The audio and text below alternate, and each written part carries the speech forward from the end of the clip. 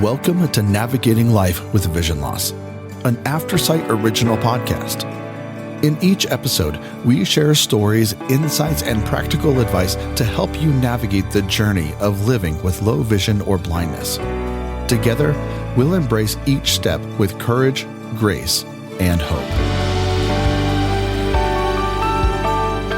Hello, this is Kim Wardlow. I'm your host for Navigating Life with Vision Loss, and we are in the midst of our series on safety, and we've been looking at all different kinds of topics related to safety.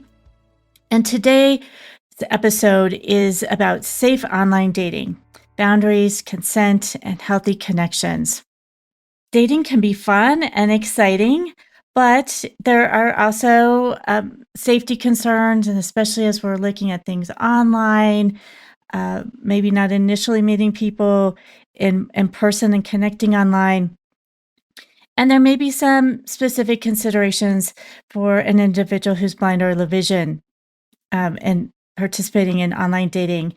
So our guests today are both co-founders of the Blind Sexuality Access Network, or BSAN. Annaliese Knop is a mental health professional, and Laura Millar is a public health expert. So welcome to both of you. Thanks for joining me. Thanks so much for having us today. Really excited for this conversation. Same here. Looking forward to it. Great. Well, Laura, let's start with you. Tell us about the Blind Sexuality Access Network and why you felt it was important to create this resource. Perfect. Well, thank you. So the Blind Sexuality Access Network is a grassroots blind-led movement where we focus on research, education, and advocacy. We are dismantling sexual ableism and creating a world where blind people have full access to sexual health, sex education, relationships with dignity and joy. And so one of the reasons we started the Blind Sexuality Access Network is that last piece. We believe that everybody deserves access with dignity, autonomy, and joy. And our work is blind positive, it's sex positive, it's rooted in consent culture and disability justice. And we're building a future where blind people are recognized as whole sexual beings. I can go into all kinds of reasons why this organization started, but the main reason was I came to the blind community as a blind person losing my vision, and as a sexual health professional, and I thought I was going to bring sex education to the blind community. But throughout my journey, I went on a journey of dismantling ableism, unpacking my own internalized bias, and learning about blind positivity, which is the other cornerstone of the work we do. So we have combined sex positivity with blind positivity to bring the work that we do to the blind community. Thank you so much for that. There's so much to unpack there, but Annaliese, I'd love to hear from you as well. What inspired you personally to get involved in this work? Laura's going to hate me for saying this, but I was inspired to meet her and stumbled into BSAN because I was tracking her down on the internet, which I feel like is appropriate for today's topic. Don't stalk people on the internet unless you're trying to get a job with them. I grew up with low vision, declining over a period of time, but I started out with not very much in the first place. So I've basically lived functionally blind for a long time. I was a mental health counselor. I had been thinking about where I wanted to specialize and kept running into that I was just interested in human sexuality from a couple different perspectives. I myself identify as asexual and didn't even hear that word until after I had finished my undergraduate degree. And so I'd become interested in how people explore themselves and explore each other. And I saw this video on Twitter where Laura was introducing herself and talking about some of the grassroots work she was doing. And I misunderstood something. I thought she had said she was a sex therapist. I'm like, oh my gosh, there's a blind sex therapist. That's someone that I should totally meet. And I spent a year trying to figure out where she was, who she worked for, trying to do that. And when we finally connected, she told me about her work at BSAN, and I said, "Oh, great, that sounds perfect." Um, it's the more than just a counselor work that I had been looking for. The more than just in the office. I love seeing my clients. They get me up in the morning, but I always knew that I only wanted that to be part of my work. I wanted to do the individual work with clients, but I also wanted to do something to have a more systemic impact on the society I live in, and BSAN really fit what I was looking for. Well, thanks for that. So to follow up, and both of you can comment on this from your perspectives, what are some of the unique challenges that blind and low vision individuals face when it comes to dating, but especially online? Where to get started? That's a big question. Laura, do you want to go first again? Yeah, I mean, it's sort of along Annaliese's point. Where do we start? Let's first start by talking about ableism and when people make assumptions, hold biases, or act in ways that devalue disabled people. And so in dating and relationships, that can show up where blind people's autonomy, their desirability, or their safety is in question. And so we can start the conversation, talking about ableism and all of the microaggressions and the things that might come up in a dating context. But also at the Blind Sexuality Access Network, we balance that conversation in community with conversations around joy and hacking the how do we do this? How do we have a more pleasurable experience? How do we go out into the world and be more safe? And so there's all kinds of ways to tackle this conversation. Today, I know we're talking about safety and community. We really talk a lot about safety, but tried to focus on what can we do? How can we be more empowered and have agency as we go out into the world? Well, I know you've talked about how blind people, many blind people, not all, but many grow up being told to be nice when their boundaries are crossed and not, not to come across as aggressive or angry.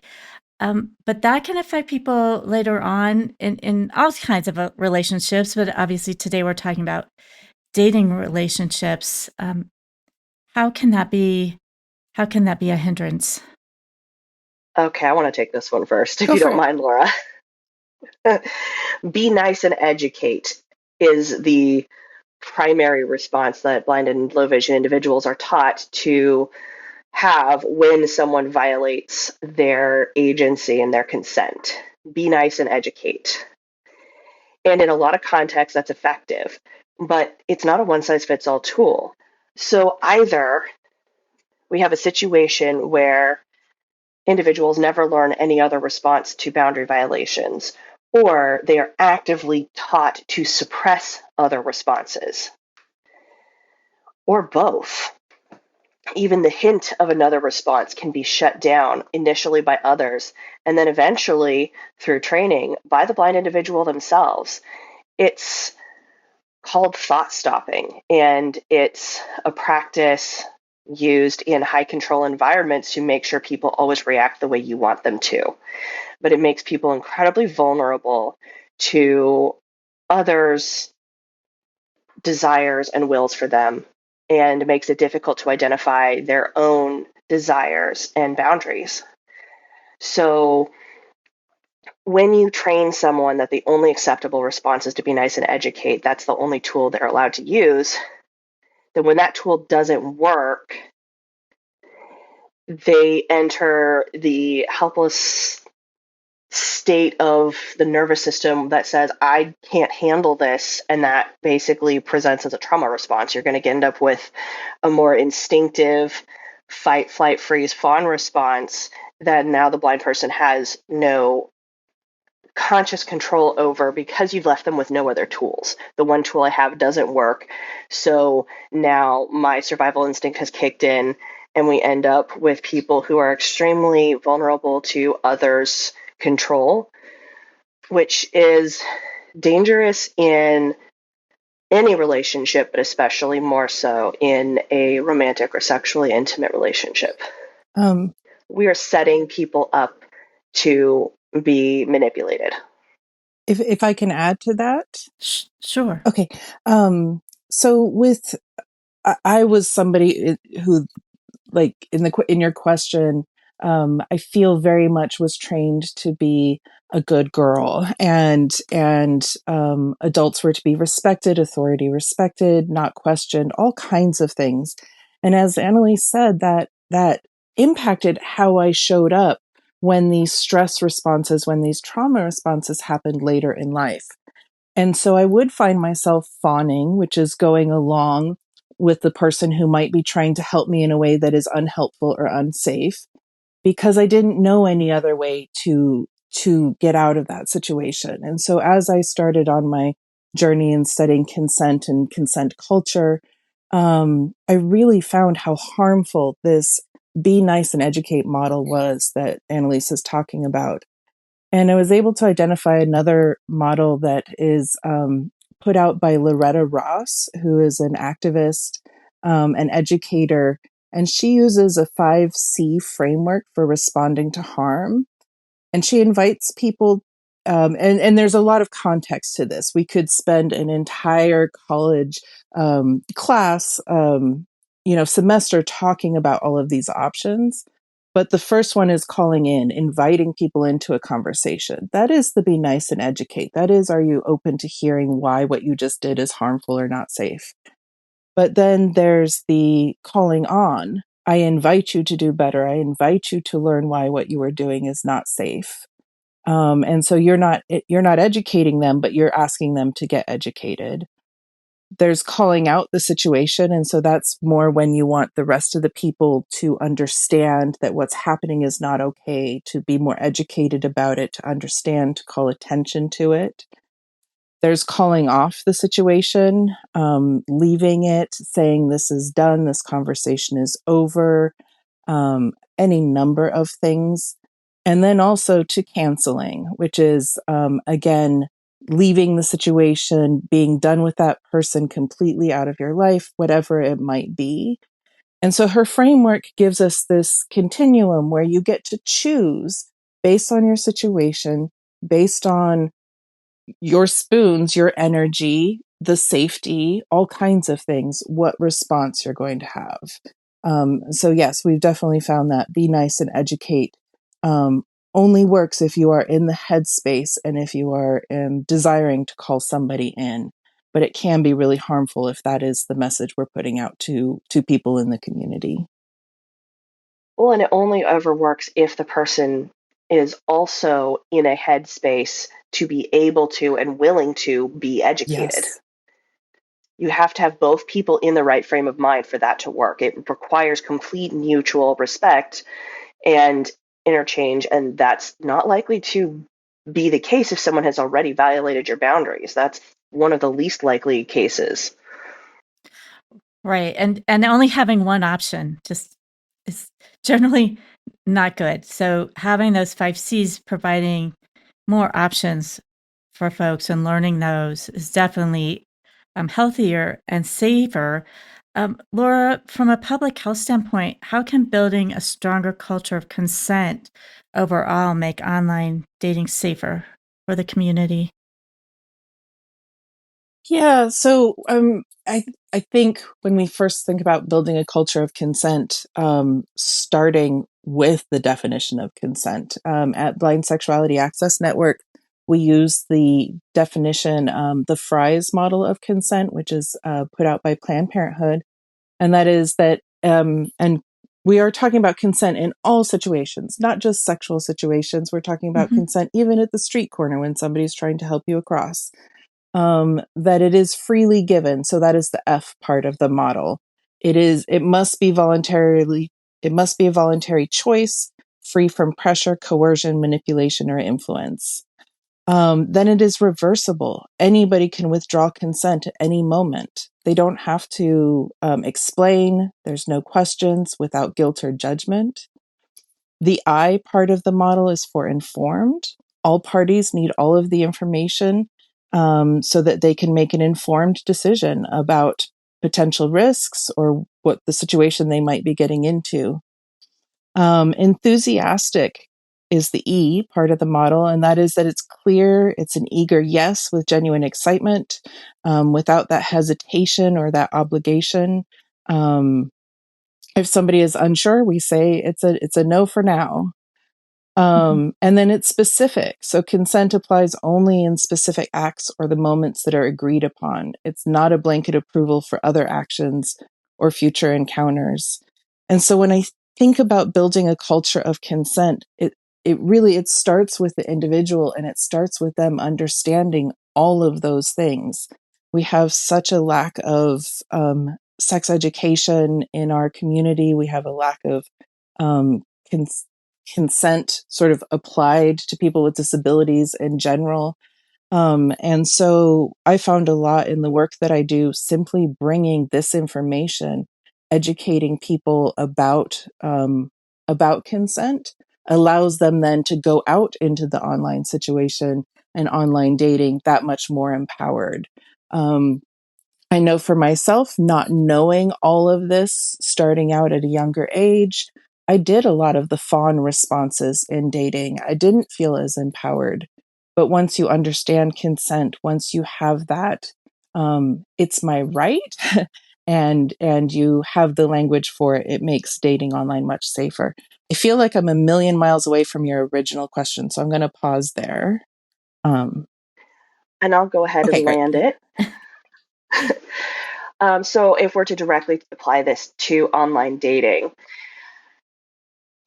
what this might look like would be someone who has full access to an online dating platform. So the platform itself is fully accessible, which includes text descriptions of any photos or videos that are uploaded on people's profiles.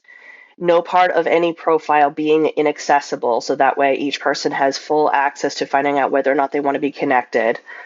Feeling equipped and empowered to be able to decide when they want to start messaging someone, how often they want to message, whether or not they want to move from DMs to texts or phone calls, regardless of what the other person may or may not be pressuring them to do. If you feel like you can say, no, I don't want to message more than 2 or 3 times a day, and if that's not enough for you, then we're not a good match, as opposed to feeling guilty, like, well, I'm on an online dating platform, so, if I want to date, I guess this is what I have to do in order to keep people from disappearing.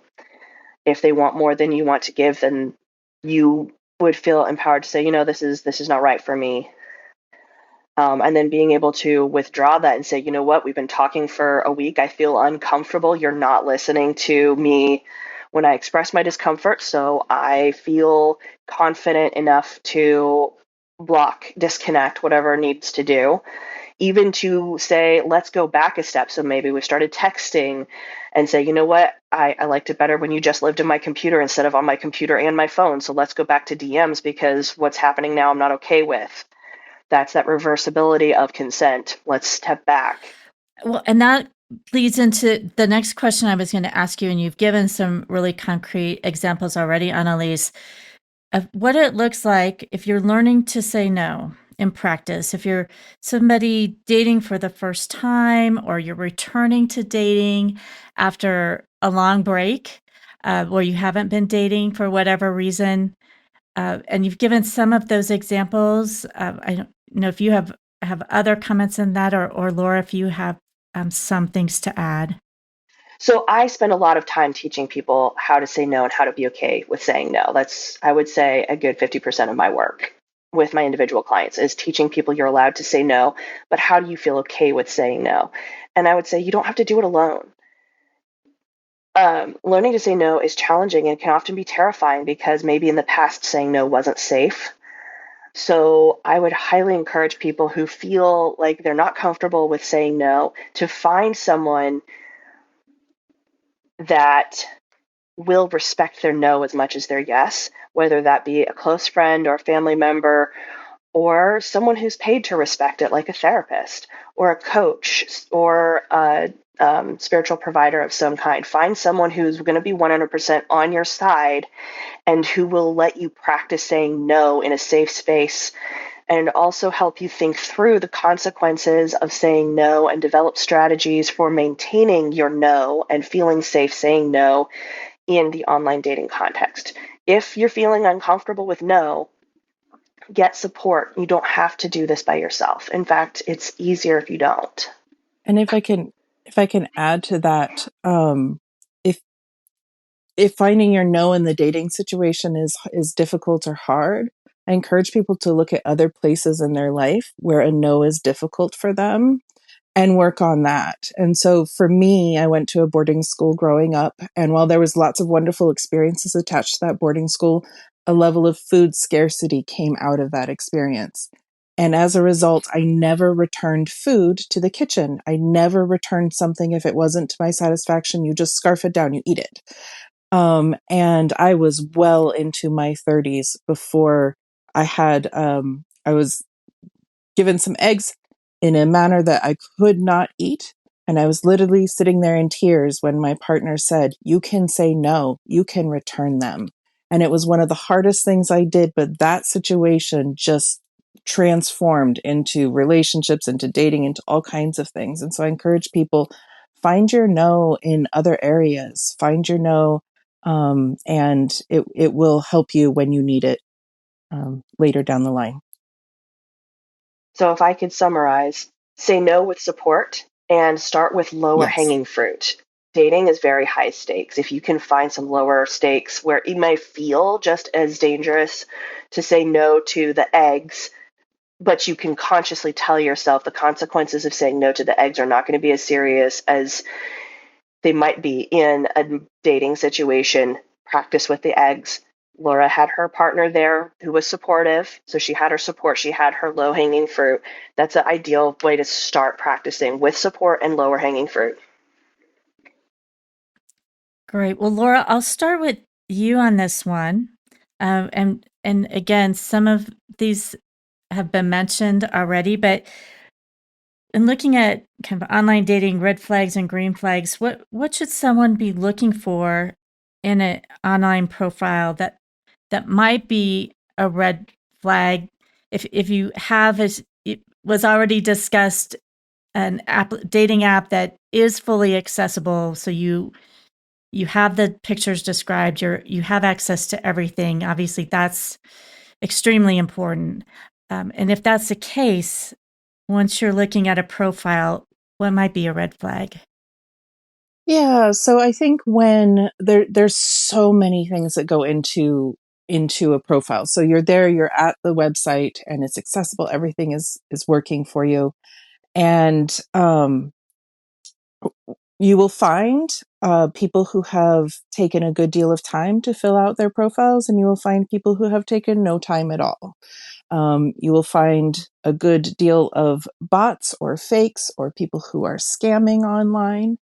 And so one of the things that I have found and have heard a lot from community are um, the more complete, the more a profile sort of lands in your body is like you're reading something real. Um, that is very helpful. When people send messages, you might get tons of messages in your inbox. You might get none. But when people send those messages, is there some point of connection? Is it just a general spam? Or are they trying to solicit you for something else? You're sort of a little bit of a detective at first. But what I've heard from most blind people is that finding the apps or the places where there's some level of community or connection outside of a simple profile. So maybe communities that have education or calls or community supports, or finding apps that have blogs and then connecting through shared writing or shared interest. Those kinds of things will land as in your body as feeling Annaliese, I'm sorry, I'm missing the word for this, but there's a when your body understands what you are recognizing as true. I'm going to let you take it over, Annaliese. I'm sorry. I feel like I'm not doing a good job. Sure. So what Laura is talking about right there is called interoception. That's your body's awareness of what its nervous system is telling it about what's happening in the world. What most people will call a gut sensation. Mm-hmm. there's a reason you should trust your gut. It's not just your gut. It's your whole, that's the center of where your nervous system is collecting all of the outside information and saying, am I okay here? Am I not okay? Thank you, Annaliese. Well, and it's important to check in with yourself and say, and ask, does this feel off? Even if you can't quite put your finger on what it is, trusting that feeling. And safety is also both about the words we use. It's also about the independence we have or the skills we have. And so are you, if you're in this online dating situation, are you able to then meet in person? Do you feel comfortable? Do you have your orientation and mobility skills? So then if you meet them at the date, that if something isn't right or you don't feel right, you have the ability to confidently leave. All of those kinds of things then go into that conversation about safety online. But when we're just initially looking at the profiles, I think what Annaliese is talking about is the intuitive part to listen to. And I think so much of what we've talked about so far could apply to anyone looking at dating online for everyone. But do the risks of the red flags differ for blind or low vision individuals versus sighted individuals? And I know I almost hesitate to ask that question, that there's a difference, but is there something that makes it more urgent? Red flags that might become more severe because of an individual's blindness. I would say that there's more education for how to protect yourself as a sighted person than there are for a blind person. So the red flags, there may be the same number of red flags. People who are not safe to be around are just as not safe for sighted or blind people, but there's that lack of education and training to recognize safety and unsafety, and then what to do about it within the blind community that makes the blind community more vulnerable. It's not that the flags are different, Mm-hmm. it's being able to recognize the flags and what to do about them. That is the main difference from my perspective. Yeah, and I'm with Annaliese. I don't know that there's anything inherently different. However, as blind people, we are disclosing blindness. We are revealing a part of ourselves. I mean, the people we're dating have their own parts of themselves that they reveal to us too, but we are disclosing blindness. And that can feel vulnerable, especially if somebody is newer to vision loss or they don't necessarily have their skills. And so I know one of my first orientation and mobility lessons I went on was to find the local coffee shop nearest to my house that I could go to and meet people so that I did not feel like I had to invite them over. That is not a safe way to meet people online, right? We want to meet them at a mutual, well-lit space, but that required me to have my skills. And then there's that aspect of disclosure. At first, I was very much in my internalized ableism. I would disclose in a way that actually, I think, made me a lot more vulnerable. I tried to make them more comfortable with it. I tried to minimize it. I tried to really just take away pieces of myself to make them more comfortable.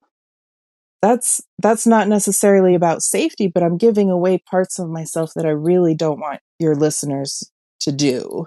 And Mm-hmm. so when we are more empowered, when we have more agency to go out into the world and do the things that we want to do, I think that allows us to be safer and more fully ourselves.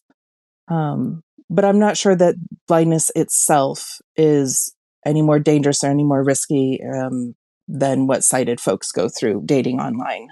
Well, Laura, I would agree that what you were dealing with there was an issue of safety when you're trying to polish up a part of yourself that you feel is a weakness, either hide it or fragment it to make someone else feel more comfortable. If you're doing that on the first meeting, that's representative of a pattern that's going to continue.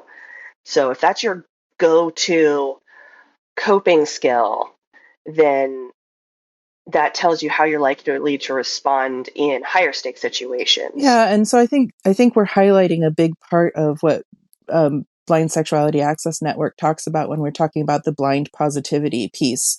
We can sit here all day and we can talk about consent and safety and the sexual health part of dating. But unless people really do have and feel that more empowered and in touch with their blindness, I do think that there's... it is a level of vulnerability that could be healed. Well, and I can see, and again, this could apply to a sighted person as well, but by going to a local coffee shop, having a place that you're familiar and comfortable with, if you did feel the need to leave, it would be more comfortable. You would be more confident in that surrounding area where you were going, all of those things. So I could see where that is a really great strategy for someone who's kind of having that first date. That kind of transitions us into first dates. Annaliese, I'll come to you first. What strategies do you recommend for staying safe if you're meeting somebody for the first time? I would reiterate things we've already talked about before: support and low-hanging fruit. Pick something that feels accessible to you at your skill level. So maybe, if you're feeling budget conscious, then don't agree to go to a restaurant that makes you feel financially uncomfortable, or agree to an activity that makes you feel like, oh, I've never done this before. This sounds like too much. It might be a fun third or fourth date, but if you've never gone rock climbing before, and you're scared of heights, that's not a good first date. If you've never gone before and you've always wanted to, then sure. But, kind of assess how your body says, is this something that I would go do with a friend that I feel safe with? Is this not something I would go do with a friend that I feel safe with? If the answer is no, I wouldn't do it, even if it was a friend I would feel safe with, then don't do it on a date. Support. Tell someone where you're going, how long you're going to be there, and when you plan on being home, and ask them to ping you if you don't check in at a certain time. Pick somewhere where there are neutral, concerned third parties, such as, again, the coffee shop is kind of the ideal example, because nobody wants there to be a ruckus in a coffee shop and everyone's going to give you side eye if you start distracting them from whatever they're doing on their laptops, which is a great way to make sure that people will notice if you start displaying discomfort because you feel like you can't leave. Skills.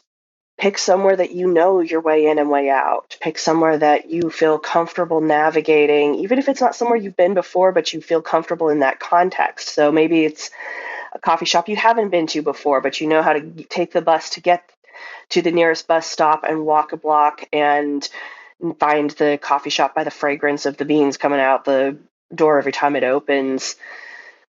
Then that would fall into, my skills can help me accomplish this, even if it's not the coffee shop I've been to before. I know how to work coffee shops in general. So support, safety, skills. And again, the low-hanging fruit. If it's not something you'd feel safe doing with someone you trust, then don't do it on a date. Laura, do you have anything to add to that? Yeah, when I think about being safe on a date, of course, all of the things Annaliese mentioned are really important.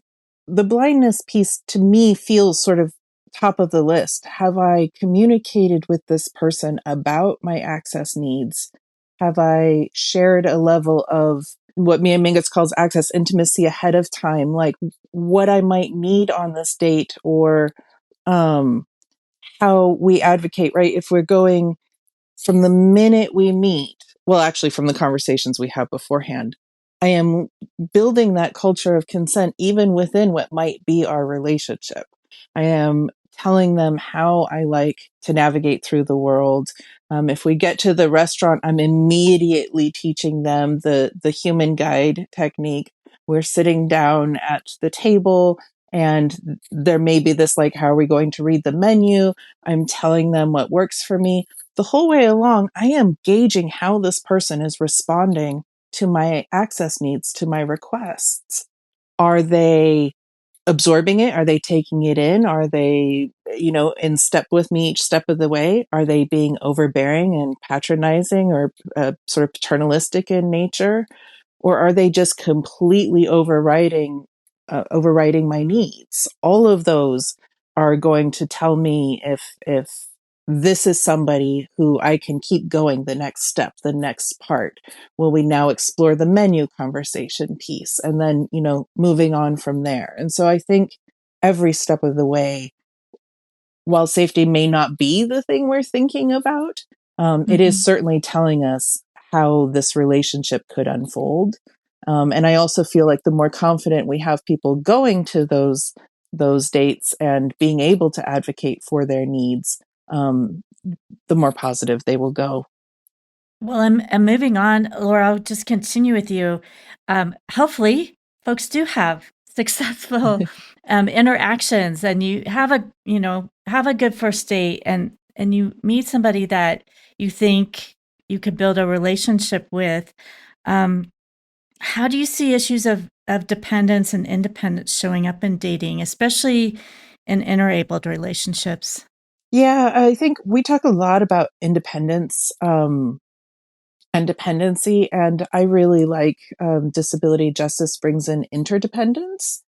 And I Mm-hmm. think all relationships, regardless of ability or disability, are and should be interdependent in different ways. And so this is definitely a journey. Even in my own relationship I have gone on, I need support filling out forms. Guess what? My partner needs support feeding himself. I do all of the meal cooking. We're interdependent in this relationship. Mm-hmm. And so, but it took conversations. It took me spilling the pickle jar all over the floor and knowing that I could clean it up, but realizing and accepting that in this interdependent relationship, the cleaning the kitchen part is his job. I do the cooking part, right? Like that's our agreement. That's not going to be everybody's. So, anyway, I really think that the independence piece is part, but the whole way along, we're building an interdependent relationship together. Again, I don't know if I answered your question, but that's what came to mind. Yeah, I think you did. Annaliese, I'd like your perspective as well, looking at the difference between reactive independence and healthy interdependence in relationships, especially as you get into longer term relationships. Well, I want to pick out a phrase you started off with there, reactive independence. And that is definitely a thing we see a lot of coming out of people who have just freshly gained their skills and freshly gained the use of the word no. And it's a very typical stage that you run into when anyone, blind or otherwise, first starts learning boundaries, as we call it, boundary reactivity. Good boundaries are stated proactively and maintained calmly. But when someone is first learning the power of no, they can be more reactive than proactive about it. And that can indicate progress, but not complete healing from whatever wounding has happened in the past. And so when reactive independence shows up, it is an invitation for both individuals to stop and negotiate, to re-examine where they are. And honestly, I think that same Fry's model would apply to negotiating independence into interdependence, the same way that it helps us guide negotiations of consent, is that interdependence has to be a free choice, and interdependence has to be reversible. We have to be able to step back and disentangle ourselves at certain points. We have to be able to be enthusiastic, and I'm losing the rest of the model, but I think it's as applicable to the journey from independence to interdependence as it is a guide for consent. Do you think the blind community faces more pressure to always appear completely independent? Yes.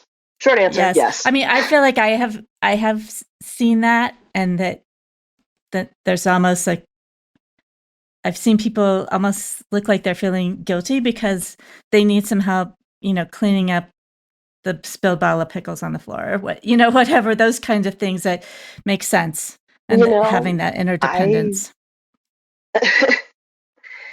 I would absolutely say yes. There's been times where I have felt uncomfortable being in public and needing support from either strangers or my own partner or friends or a cane or a dog or just needing any kind of support at all. And there's this circular thought that runs through my head. If I want people to believe that I'm capable, then I have to prove that I'm capable. And if I prove that I'm not capable, then does that mean that other blind people are not capable? Am I going to give the impression that, or am I going to damage the impression of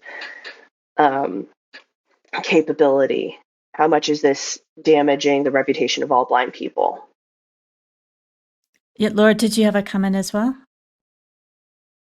I did. I feel like that fierce, independent, blind person out in the world stereotype or trope of like at all costs is really harmful. And I feel like that when people internalize that, it is a form of internalized ableism in itself, that we're going to be the super blind, we're going to excel, we're going to show you we can do it. But also I think we will find that is rooted in a trauma response or that fight, right? Like, I'm going to show you I can do this. That is definitely a fight response. You're absolutely right about that, Laura.